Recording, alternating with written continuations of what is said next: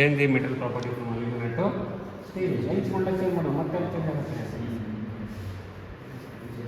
ಹಾಂ 70 ಆಯಿತು. ಈಗ ನೋಡಿಲ್ಲಿ ನಾನು ಸುಮ್ಮನೆ ಚೇಂಜ್ ಮಾಡ್ತೀನಿ, ಅದು ಅನಾಲಿಸಿಸ್ ಆಕತ್ತಲ್ಲ ಗೊತ್ತಿಲ್ಲ, ಹೇಳ್ತೀನಿ ಏನು ತಪ್ಪಾಗುತ್ತೆ ಅಂದೇಳಿ. ಆಯಿತಾ, ಒಂದು ತೆಗಿತೀನಿ, ಇದು 200 ಅಂತ ಹಾಕ್ಬಿಡ್ತೀನಿ. ಆಯಿತಾ, 200 7 ತೆಗೆದು ಆ ಕಡೆ ಹಾಕಿನಿ, ಇದು ಬರುತ್ತಲ್ಲ ಗೊತ್ತಿಲ್ಲ, ಏನು ತಪ್ಪಂತ ಆಮೇಲೆ ಹೇಳ್ತೀನಿ. File save as CF steel. ಆಯಿತಾ, ಸೇವ್, ಕ್ಲೋಸ್. ನಾಸ್ಟ್ರಾನ್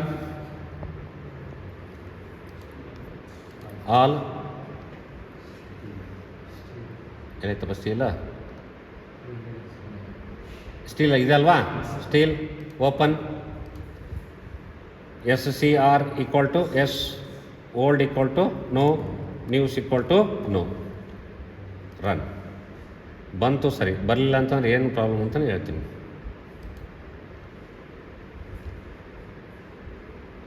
ಇಲ್ಲೈತದ ಸ್ಟೀಲು, ಹಾಂ ಬರ್ತಾಯ್ತಾ, ಬಂತಾ PCH ಬಂತಾ, F06 ಬಂತಾ, ಸರಿ. ಅಲ್ಲಿಗೆ ಕಂಟ್ರೋಲ್ F ಡಿಸ್ ಹೊಡಿತೀನಿ, ಡಿಸ್ ಬಂದರೆ ಸರಿ ಅಂತ ಡಿಸ್ಪ್ಲೇಸ್ಮೆಂಟು ಬಂದತ್ತೆ. ಆಯಿತಾ, ಏನು ಮಾಡಿದೆ ನಾನು, ಬೌಂಡ್ರಿ ಕಂಡೀಷನ್ ಚೇಂಜ್ ಮಾಡಿದೆ. ಇಲ್ಲೇನಪ್ಪ ನಿಮಗೆ ರಿಟರ್ನ್ ಕಾಂಟೋರ್ ಎಷ್ಟು ಬರೋಕ್ಕಪ್ಪ ನಿಮಗೆ, ತಡಿ,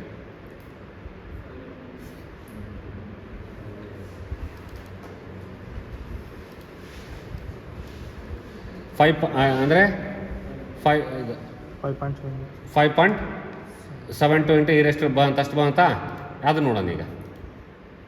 close, file, new, S,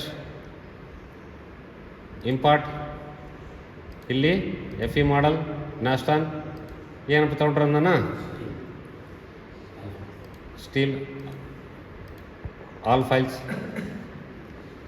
steel ಇದೇನಪ್ಪ open, apply, close.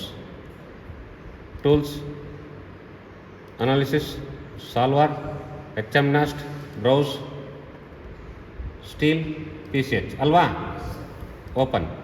Control C, control V, RES, solve,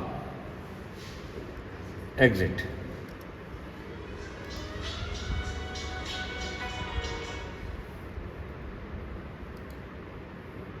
RES open.